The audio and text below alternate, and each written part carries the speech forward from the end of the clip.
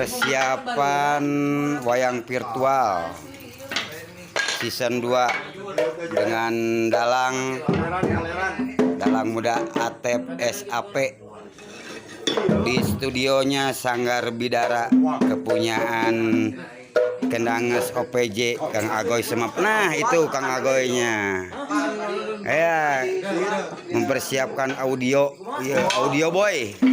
Aduh, si boy ya, si boy. Nah, dalangnya itu, dalang Atep itu.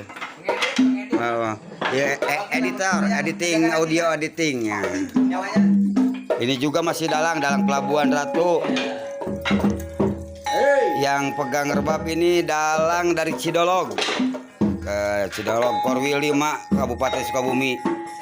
Yang pegang kendang itu dalang dari Banten. Jauh woy. Beda provinsi biarpun ya.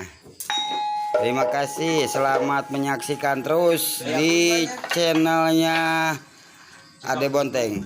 Ini juga masih dalang. Cuman ini dalang sang dulungsung.